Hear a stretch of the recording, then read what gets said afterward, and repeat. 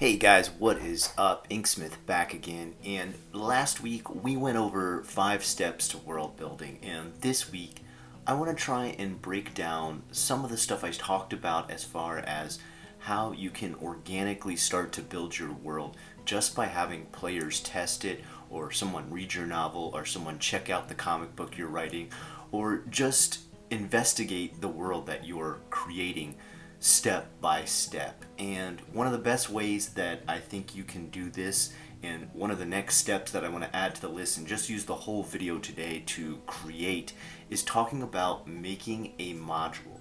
Okay? So when you make a module, if you've never played TTRPGs, tabletop role-playing games before, a module is kind of sometimes called a one-shot. That means it's not a long campaign, it's not a long story. It's just a small segment of a adventure your first group of adventurers would go on, or a small little quest that would be given to them to just kind of, number one, let them get to know each other, kind of be an icebreaker, introduce the characters that you've created, and maybe even let the players who are playing a tabletop role-playing game for the first time get comfortable with how they're even played. In these sort of settings, I usually don't suggest a ton of role playing because sometimes people who are brand new to the genre are very shy about role playing. They're very shy to make up voices, to even create how that character would react in a situation. I will say you do need to be kind of careful with who you choose to play this with, because if you have friends you know who are overly chaotic with how they handle a new situation, you may find them turning out to be one of the type of players you never want to play with, which I'll make a whole separate video on, about players that are just absolutely destroyers of games. And there's DMs, there's game masters too who destroy your games, but that's for a totally different topic and a totally different video. So gather together a group of people who are very interested, very invested in learning more about role-playing games, or get a group of friends who you know can casually enjoy something like that but may be fresh to the whole genre, or maybe gather together a group of people who have played a bunch of adventures in the past, a bunch of different role-playing games in the past, a bunch of tabletop games, and want to investigate the world that you're currently building. So when I talk about playing through one of these worlds, I'm not talking about picking up a module for something that's already been created for, I don't know, D&D or World of Darkness or anything like that. I'm saying you can take the world that you're starting to build and add your first adventure to it by creating it step by step. Now, usually the first thing you want to do is create a starting point, and today when I talk about my adventure that I usually use to introduce people to the world that I've created, known as the Sky Coffin, I'm going to go through this very first short adventure and kind of give you a room by room, step by step creation process and description that shows you how I began to build my first tiny little village, my first small group of NPCs, which are non-playing characters. These are all the characters that you as a game master will act like, make voices for, create personalities for, interact with the characters with, and the quest line that led them through the adventure and motivation that they needed to go investigate this dungeon crawl, I guess you could call it, because the first one I really did make was a very classic dungeon crawl. And if you've never heard the word dungeon crawl, it pretty just means you explore a dungeon, a cave, an underground area, a place usually devoid of a lot of sentient human interaction and more filled with monsters, treasure, and loot. That's what we're going to be talking about today, because usually, number one, this is one of the easiest things for a brand new game master to handle. You don't have to roleplay out a ton of characters. Number two, the plot line is usually easy to follow. I mean, no matter what the motivation the PC's playing characters think they should follow, they know that me must go into Quest Cave and explore Quest Cave and maybe grab good thing and leave. Like, they at least have that kind of common sense usually when they're playing the game. Must get better armor, must get better sword, because me in rags right now. So, every player usually starts out with not a lot of stuff in their equipment. And also, usually the plot line is very simple. It's like go into cave, get thing, leave, and that's it. But let's break it down for just starting out. Where would you even start out? So usually the most classic line and the first way to begin to build your world is a small village. Now, you may see these giant maps, like for example, take Waterdeep from Baldur's Gate games, where they have this massive city with multiple guilds inside. There's all different types of diplomacy and bureaucracy going on. There's a huge political background in this city. If you want to try and start with something like that, you're going to be creating for ages. Waterdeep has such a complex system in itself that it is like its own entire world that has been built. You could go on for numerous novels, numerous adventures, numerous campaigns, even video games, for how much surrounds the creation of that. That's probably something you don't want to do. You're going to get overwhelmed. If you do want to do something like that, you're probably already a very experienced world builder and you don't need my help in these videos. So start with like a Hamlet and make that Hamlet have the most basic of basic stuff. Make it have a tavern, an inn. Make it have farmers. Okay, start your PCs, your playing characters, the people who are going to be playing the game, as peasants. In my own world, Sky Coffin, I try to create a reason why they wouldn't know much about the world at all. And in Sky Coffin, everybody who is chosen to be an adventurer is called by the All-Child, who is buried inside of the world that I created. And that's why it's called the Sky Coffin. It's literally a giant coffin for this buried god. And after someone dies, he calls them back to complete quests for them. And possibly one day even uproot him and dig him out of his giant grave that is at the center of the earth. And so it makes sense that when all my players wake up, because they've usually risen from death, they're confused, they don't know anything, they have like an amnesiac state. And that's how my adventure begins. They wake up, they're in beds in a hospital type situation. It's not actually like, a white clinical sterile hospital. It's pretty much like a town hall with some cots set up because we're setting it in a very dirty, grimy, grim, dark, medieval setting. And they're having like dirt wiped off their face. The townsfolk are like really happy that they're coming back to life, and they know that because these group of PCs are coming back to life, they've been chosen by the All-Child to be questers for him. And that's where everything begins. They're like, you've been chosen, you're the chosen one. The PCs don't know what that means because they've literally just come back from the dead. Their memories are gone, and they're like, you need to go talk to the town elder. And when they're well enough, they get him up, they take him over to the town elder. And he himself is a man who can like barely raise his head up from the bed that he's lying in. He's like near the end of his life. He's existed in this village for ages, and all the townsfolk have a huge amount of respect for this guy. And he lets them know that their town can no longer get resources from the nearby mountains that they get at Umberbrook. And because they can't get those resources, everything's going to fail in their village. And the reason they can't is because this giant crack has opened up in there. It's a giant chasm. And all kinds of nasty stuff is spilling out of it. And it's their calling, because they've been the ones chosen to arise in the world of Sky Coffin, to go there and vanquish whatever this is and return whatever riches are in there for the town to, gain a little bit of prosperity, a little bit of gold, a little bit of capital to rise above finally being this dirty little farming hamlet. So, they've just been, nursed back to health by this village. Everyone there seems to already really care about them. They get a genuine sense of like care and nurture from the people who've taken care of them in the city ward office, hospital slash town hall. So they feel like, okay, we owe these guys some respect.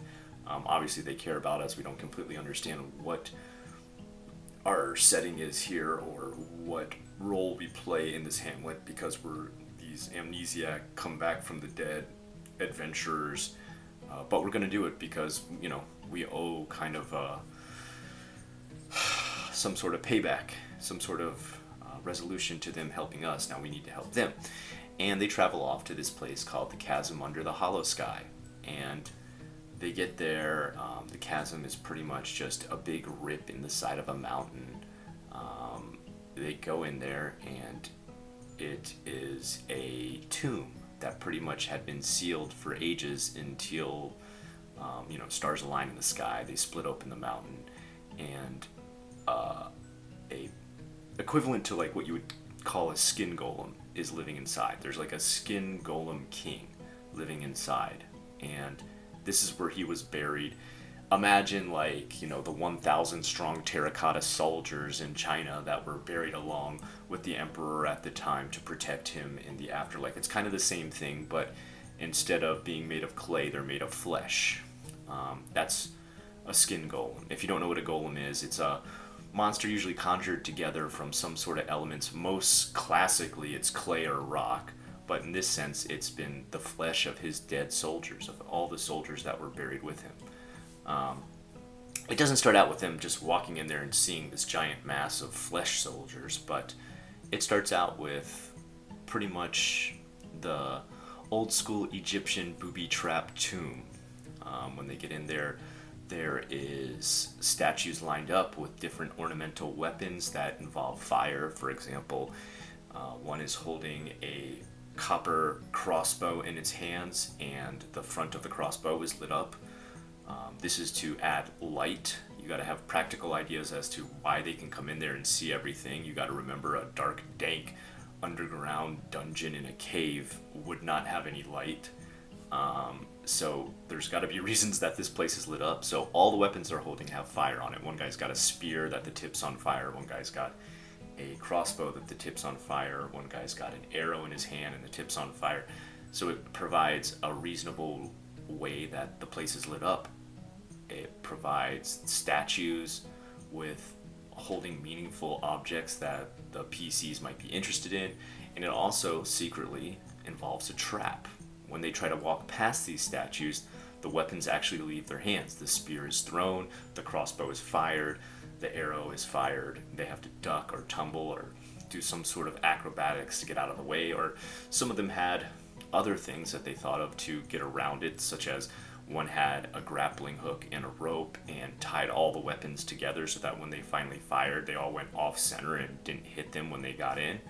And I've had players think of all kinds of reasons why, but every time those things are fired, they're replaced with a new round because these are obviously magical booby trap statues.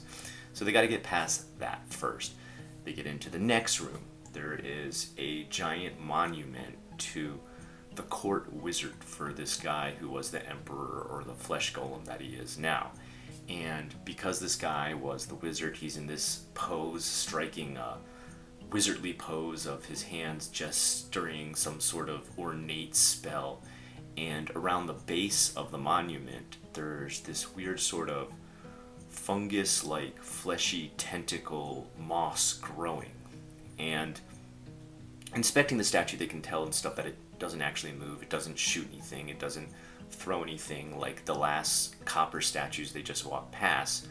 But what they do notice is that the hands light up when they get close. And when the hands light up and they get close, it starts to activate the moldy tentacle arms that are around the base. And so they need to think of ways to get around this sort of monument in the middle of the room without getting wrapped up in the tentacles that are controlled by these magical hands that are starting up. Again, these magical hands have a glow. They illuminate the entire room, and there's also other stuff you need to start doing when you're describing these rooms, such as add smells, add textures, add all sorts of layers to it, such as don't just say you walk into a stone room, it has a monument in the middle. No, you need to add a little bit of everything. Give them a taste of what the room is like. Play some dark ambient music in the background. Describe how it smells earthy and moldy, and that once the tentacles from this sort of mucusy, nasty, moldy growth at the base of the monument begin moving, you hear all sorts of squelching sounds and lashing of tentacles whipping across each other. in this point, the adventurers have to figure out some way to sort of navigate around the room to get in different parts of it. Um, if they head off to the left side of the room, they make it through this sort of sewer tunnel that was connected to the old aqueducts that this entire kingdom was part of. But instead of getting back into the kingdom, most of that's crumbled down because it's been in a super long time since this kingdom existed, and it leads them into a room where leeches have kind of encircled this pool. And the leeches in my game are like, I don't know what you would want to call them, giant mutant ultra leeches, where they have pretty much a way to communicate telepathically. And if they come into that room and decide to talk to and learn this telepathy to speak with these leeches, they'll find out they're not even there to attack them outright or get into a long battle. Because if there's one thing I hate about creating my stories or my adventures, it's a super long battle. I feel like that wastes way too much time if you're sitting there rolling 1,000 dice trying to do a play-by-play of these battles that go on for pages and pages if you try to take notes on your adventure. So as soon as they get in there, they're told that if they can just sacrifice some blood, then communication can be open. And if they drop some blood, they cut their hand, they prick their finger, they do, and just drop a little bit into the water, that the pool that these leeches are encircling, they'll find out that they will let them know a certain phrase that opens up a door in the back of the room, and they can find their first treasure. This first treasure isn't anything super extravagant, but it gives them access to a wand that the court wizard used to use, so they can have some spells on that. Spells in my game, in my world, are not easily come by because I feel like in a lot of games, spell users can get overpowered way too fast. So I'm sort of what you would call a low magic world builder, where I make spells very complicated, multiple ingredient based, or set to a certain number of charges before it disappears. So the wand they would have a certain number of charges before they can't keep casting spells from it. If they leave that room and go back to the tentacle room full of writhing, moldy base at the bottom of this monument, they can get to the other side and find some of the buried warriors who used to be like the top knights of this old emperor of this kingdom. And they can kind of raid that if they want, but some of them might awaken these old kind of leathery, fleshy skeleton bodies that they'll put a grip on them that they might not ever be able to break again. And that doesn't mean like they'll have like some sort of mental or controlling slave-like grip on their mind. It means literally like when they reach into these tombs and see these different bodies in there, they're going to need to make a agility roll to see if they can grab the weapon or the armor fast enough off of these bodies, or they'll literally have the hand grip them, and for the rest of the play that hand will be stuck to them. Now they can do stuff like hack the arm that it's connected to, but they'll still have this hand permanently connected to them. And if I've had players who like wore these hands stuck to their arms like bracelets for the rest of their character's life, they just never ever got them off. They were so fiercely connected to them. This did impede some of them from doing things like moving their hands in the right way to cast a spell or doing a special type of attack, because they constantly have these fleshy hands stuck to their arm. When they get to the next part, it's sort of a guardian room where these sort of molten rock, I guess you would say, type guardians have been placed to guard the tomb of the flesh golem emperor. And they don't communicate, they don't speak, they don't attack, but they just march back and forth in front of this pool of lava as sort of the first barrier to stop you from entering the actual tomb that the Flesh Golem King and his Flesh Golem army are locked away in. And the only way that they would ever attack you is if you literally went after the physical body of these molten rock people. Which really they're just kind of another form of golem walking around, sort of marching the same, I guess, watch area over and over again. And it's mostly so that you're not messing with the door that they're protecting. And that door is the seal to the tomb that leads to the final room in this chasm. So players have a couple of options here. They can mess with the lava pool that's in the middle. They can mess with the door to try and open it to the tomb. They can try and mess with these statues. If they investigate the statues closely, they will see symbols on the back of their necks that are enchantment symbols that made these golems, these lava golems, these molten rock sort of guards activate. And I'll show it to them one time and then it'll disappear because the golem continues to march, and keeping up with them or trying to stay next to them will either eventually light the person on fire from being too close to molten rock, because that's how it actually works. You keep touching or checking out molten rock, you're going to burn yourself. So they have to kind of keep their distance, and they can't follow right next to these molten golems that have been activated. But they get to see this symbol real fast, and when they see this symbol, I then challenge them to try and copy it or try and draw it out with their finger as best they can, or try and write it down on a piece of paper, because a lot of them will want to ask, like, what do these symbols do? And I'll be like, I don't know. You think it's something that's written on the back of the neck of these characters, and you figure it's some sort of seal if they do like an investigation or a wisdom check or a perception check. And so they're going to try and start doing stuff with them. Be like, okay, I try to write the same symbol on a rock, and I say, that rock activates, it becomes like a molten rock, and it burns your hand while you're holding it. You got to suddenly drop it. So they're like, okay, what if I eventually try to draw this symbol on another part of these watchers' bodies? And I say, okay, you can try to do that, but you have to have this symbol memorized and be able to draw it again. So this is where they have the real challenge. They're seeing it real quick, they have to redraw it, and they can't stay next to the molten golem and constantly look at it while they're trying to draw it on the body. And that means they have to memorize these symbols, and if they memorize it and see it real fast and draw it again properly, it shuts down the golem and it stops moving, because adding the same spell again is kind of like an off switch. So it's the first kind of puzzle or riddle or challenge, I guess mental challenge for them to try and memorize something that I've been describing within the dungeon. You've got to, in my opinion, keep changing the way characters interact with different parts of the dungeons, because if there's one thing I've found to be super boring when playing an adventure, it's one that just becomes kill this, now kill this, now attack these guys, now get in a fight with these guys. It's just the same thing over and over again. Same with, even if everything was a puzzle, you would say, okay, now figure out what symbol goes here, now figure out what symbol goes here, now turn this knob this way, and it eventually gets to be like, okay, this whole place is just puzzles, it's kind of boring. Or even the same thing of mysteries. Everything's a mystery, no one can figure out how anything works.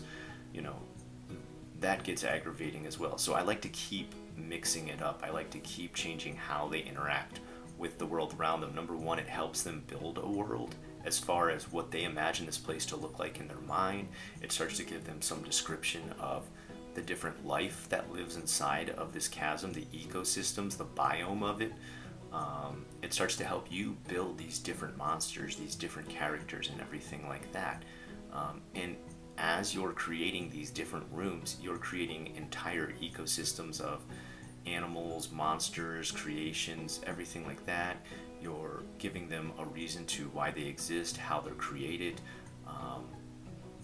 Even the tentacles that were part of a mold at the bottom of the monument in the last room, that's a plant already that you've added to your world. And you've created all these small little things that you can use all throughout your world in different places where it helps the environment be built up. And all you've done is made one single module adventure. And your PCs themselves, the people playing the game, are helping you create how these things react to players and other heroes and storylines you may create within this world. If you ever do decide to write another part of the world that has these tentacles in it, that has this mold in it, that has these leeches, you know how they're going to react because you've already written that for this adventure. You've even played out mentally in your mind and possibly even role-played how these characters, monsters, creations, abominations, mutants react. And you're building a world just by playing this game with your characters, with your friends, with the players. So they figure out how to shut down all these Malton soldiers walking around, and finally they're left to open the tomb. And if they try to go in there and just bombard these Flesh Golem army and Flesh Golem Emperor, it's not going to go well. They're level 1 characters. I actually even start in the world that I've created, in the system I've created, you start at level 0. When you're a peasant and you haven't figured out, oh, I'm going to be the fighter of this town, I'm going to be the wizard, you're level 0. Whatever job they worked before they died and were risen again to fight for this village, that's what they are. So some of them are things like gong farmer. If you don't know what a gong farmer is, look it up. It's pretty gross. Rat catcher, okay? Crappy jobs like that. I mean, these are dirt poor peasants. Even the weapons they begin with are things like a pitchfork, okay? Maybe they'll be lucky and someone will have like a small dagger or dirk that they use to cut beets with or something like that. I don't like to start my players out with, you begin with full sets of chainmail and an enchanted vorpal sword, okay? I don't like to do stuff like that. I like to see backgrounds and stories of these characters be earned and slowly created by the things they gather. And again, this is another aspect of storytelling and world building. One thing I've never understood sometimes is in games where you have to make this really ornate backstory for the character that hasn't had a single adventure yet. Like, they worked for this king as a soldier and a strongest knight in his party of the round table at his castle. But also they're only a level 1 fighter and they barely know how to do a simple attack. It's like, what? We'll see how that matches up. That's why I start all my characters out as like amnesiac peasants who don't even know how the culture and monsters and environments of this world work. So anyway, they get into this final room. They're in there, and if they're smart, they'll start to realize that the giant pool of lava in the last room can absolutely be connected to the room full of flesh golems in the next room. And the way they'll learn this is as the golems start to get shut down or die or have their movement and stuff locked off, they can no longer contain or monitor this pool of lava in the other room. Or they can just figure out that the sort of linchpins that are around this pool of lava can slowly be broken down too, because they're made of crystal, and I try to make them look like something ornate that the characters would want to steal, maybe to turn in for gold back at their town, like some kind of motivation for them to mess with this lava pool. Because I have had some people play and just be like, oh, lava pool, I don't want to touch that, I'm going to die. And it's like, yeah, okay, you don't need to actually touch the lava, but there is ways you can mess with the pool. So either make some sort of linchpin that could be pulled out and activate the pool, or have some way for them to be ushered into shutting down the golems that are the lava golems protecting this pool. Something that'll get them to understand this needs to be activated, this needs to be opened up. And if it's players' very first time playing an adventure with you, or it's their very first time playing a tabletop role-playing game, you may need to make some really obvious hints. Like, if I find the party is really not investigating things thoroughly, then when I describe the linchpins that hold the lava into this pool, I make them sound incredibly rich and can get you a lot of gold. Now, when they finally get back to the town, I've got a story ready for how they don't suddenly cash these in for a ton and become the most wealthy first level adventurers ever, buy their own castle, and can end the game there. But we'll get to that when we get to that. So they eventually are motivated to open up this lava pool and allow it to start pouring into the room full of the flesh golems. And slowly but surely, this melts them and gives them the advantage to the battle, making it more of a fair battle. Like, if only 1 or 2 flesh golems survive, a party of 4 can usually take them on, okay? And finally, before the Emperor's done with his whole spiel about how you've ruined his tomb and, desecrated his grave and, stopped his rise to taking the world over again, I'll give maybe like one plot line, like one small plot line that I can connect to the whole campaign. And his little plot line is that if he's not going to be able to come back and rule this world, then he's going to ruin it for himself. And before he dies, he sets forth a giant, devastating earthquake. And this gives them motivation, not only, number 1, to take whatever they've gotten so far and leave before the whole tomb collapses on them, but also to get back to the town that all their friends and family are at to make sure they're okay, because now they know a giant earthquake is erupting all over this entire mountain system. They get back there. The town is totally crushed. Nobody's left alive. The only thing they're left with is whatever they got out of that first dungeon. And the only person there is a sort of mortuary worker collecting the dead bodies to haul off in the meat wagon to be properly buried. He offers them a ride to the next town, and they can take it or not take it, but the only thing they're left to do is like maybe pick through the scraps of whatever was left of their town, hop on the meat cart, head to the next town, and begin their next adventure and continue this into maybe a lifelong campaign. And I'll continue on to another adventure for another day, for another story, to tell you more about world building. And also, one thing you'll notice is as I progress my characters through the story, I make like the next town a little bit bigger than a hamlet. It's a village this time, and there's more things to explore, there's more characters to interact with. There isn't a giant wizard's tower like the White Tower in the Wheel of Time or something like that, but maybe there's like an old witch's hag's hut for them to start to learn the most microscopic bits of a spell for the first time. One other thing that kind of separates my whole system of play from a lot of other ones is I don't lock people into adventurer classes like a lot of TTRPGs do. I think one thing you will start to notice as you play a bunch of these different role-playing games, they tend to want to lock you into being a fighter, being a wizard, being a barbarian, being a sorcerer, an illusionist, and stuff like that.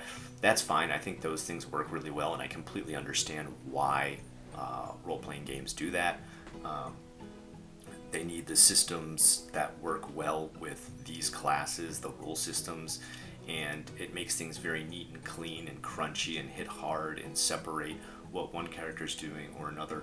But I've found over time that the way real people work is they learn a little bit of everything and dabble in a little bit of everything. So I've kind of done the same thing with my own adventurers. You can learn one spell and still be a fighter who has a sword, and you can keep working on your sword skills. But if you happen to collect enough reagents to cast a spell one time, or you happen to collect enough herbs that you know can heal your wounds, you're allowed to do that in mine. I don't see why I would be like, no, only the cleric knows how those herbs work. If the fighter grew up in the household that was like always picking plants and healing their local neighbors, they would of course know how to use these herbs in a certain way. Or over time, if they keep seeing the cleric use these herbs to cure the wounds or make a salve that seals all kinds of dagger wounds in another person, they're not going to be like, man, that looks like a really handy skill, better make sure I never learn it. Like, it just doesn't make any sense to me that they couldn't pick up small, skills along the way to learn a little bit of everything. Now, it will help them if they invest totally all their time into one type of skill to make them the best at that skill, but that's their choice and how they build their character. Anyway, getting back to the world building aspect, what have we established so far? We've got a ton established. We've not only made an entire cave system underground in a mountain pass that we've had to create called the Umberbrook Mountains.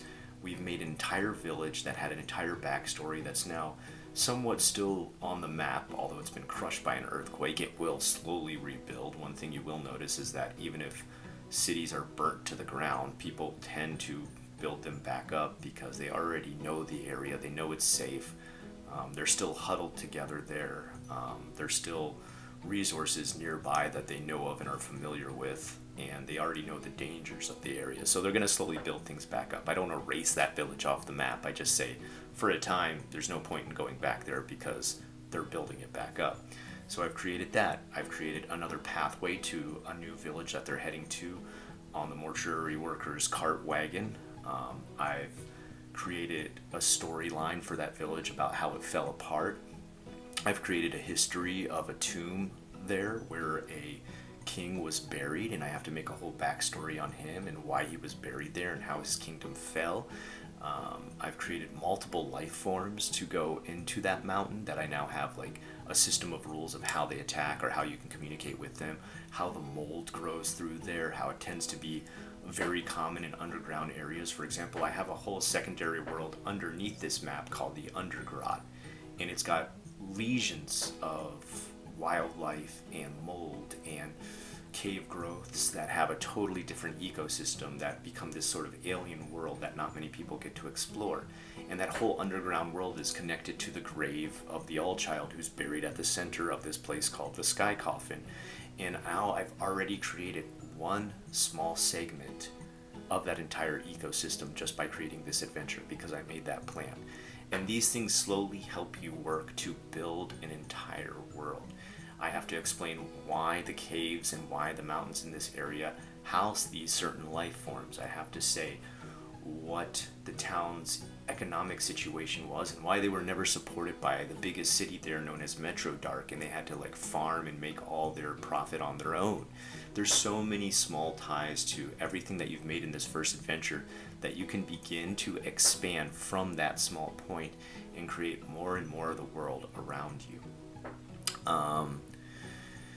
This for me is the most basic step in world building, is starting with that one small adventure and letting it organically grow into a little bit of everything in your world. Now maybe there's some things about that adventure that you didn't like. You're like, oh, this was kind of a good idea, but my players didn't interact so well with that. Cut it out and don't use it. Say that, like, maybe you didn't like the mold. That mold dies off over time and is eventually overtaken by a stronger species. Okay, maybe you didn't like leeches that can telepathically communicate. Say that over time they de-evolve into just these ravenous, bloodthirsty leeches instead. You can create any pathway you want with this stuff. Anything you didn't like, throw out the idea and start over anew and make a reason for it. That's the beauty of world building. And from this dot, things will expand. From this little dot that you drew on a map that said first town, first adventure, your roads are coming off of it. Your people that interacted and used to trade with that town are now being created and moving to other little cities nearby. You're starting to see your world organically grow. And that's my advice for anyone kind of, I guess, in a writer's block, an artist block, a creative block right now for, I'm trying to draw all these giant continents and add all these villages and all these capitals and cities and towns and it's too much and I've gotten overwhelmed. Stop. Just try to make one small adventure and let some players mess with it and see what works out best for you, and then add those things to your world creation. That's my one-step advice for beginning to world build. Now, that was quite a long ramble. I've gone on for almost 40 minutes, which kind of blows my mind. I did not expect this video to go on that long or for me to be able to talk unedited during that whole time. I hope you did find this interesting and informative as far as how you could start your first adventure, as far as how you could start to build your first little bit of your world, as far as how you can get players interacting and helping you organically grow it. Of course, I'm sure you still have a ton of questions that go from here, and I want to see them in the comments below. I'd love to see them in the comments below. Some of you guys are letting me know about your own adventures, explaining some of the characters you've had, some adventures that have gone horribly wrong. And guys, I love these stories. I read everything. I will communicate with every single comment I see down in these, and I'm having a great time doing each of these videos. I also wanted to see if these sort of longer rants like this, where I explain some of the world building that I've done myself with my own world, I want to see how that goes, and I want to slowly expand into ways of explaining world building to you and playing TTRPGs in different formats. For example, the 10 steps of why you should become a game master, or the 5 steps to world building, or maybe just to sit down like this where I rant on for 40 minutes straight about how I did something one time. I want to see which format works the best for you. Maybe this is a fail right now. Maybe you absolutely hate this video and I see it only gets like 2 views or something like that. It's okay. I'm still experimenting with the ways I deliver this information. I do enjoy including my artwork with it. I hope that's okay. I hope you guys feel like you can see the connection between the art that I put up there and my own world creation maps and stuff like that. And I hope that helps you better build a mental image in your own mind about how you can do kind of the same thing. If nothing else, just get out that piece of paper and start scribbling on it while you're listening to YouTube videos, while you're talking to a friend. Just scribble. Write down little tiny notes. Listen to your favorite fantasy novel. Recently, I've been going through the Wheel of Time series and listening to that, and every once in a while I hear a small tidbit that I'm like, ooh, what a great idea. Borrow from some of your favorite things and then just twist it into your own creation, okay? I hope this has been a help today. If you guys like what you saw, please like, comment, and subscribe. Every little bit helps. Everybody coming over from my other channel, the Unrested channel, Unrested, if you don't know my other channel. Some of you are actually primarily from here. I do have another channel where I talk about life in general, but those of you coming over from my Unrested channel, thank you so much. I really appreciate it. You guys have been a huge help with keeping me inspired to do this one.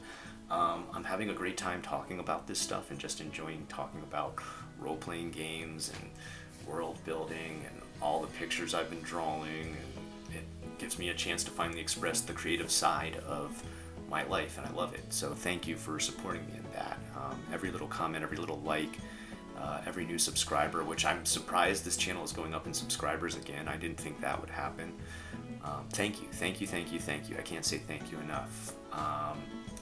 Until next time, I hope all your world building goes well, and all your adventures are solid, and your players are nice to you, and you're also a nice game master as well. I've been the Inksmith, and I'll talk to you again real soon.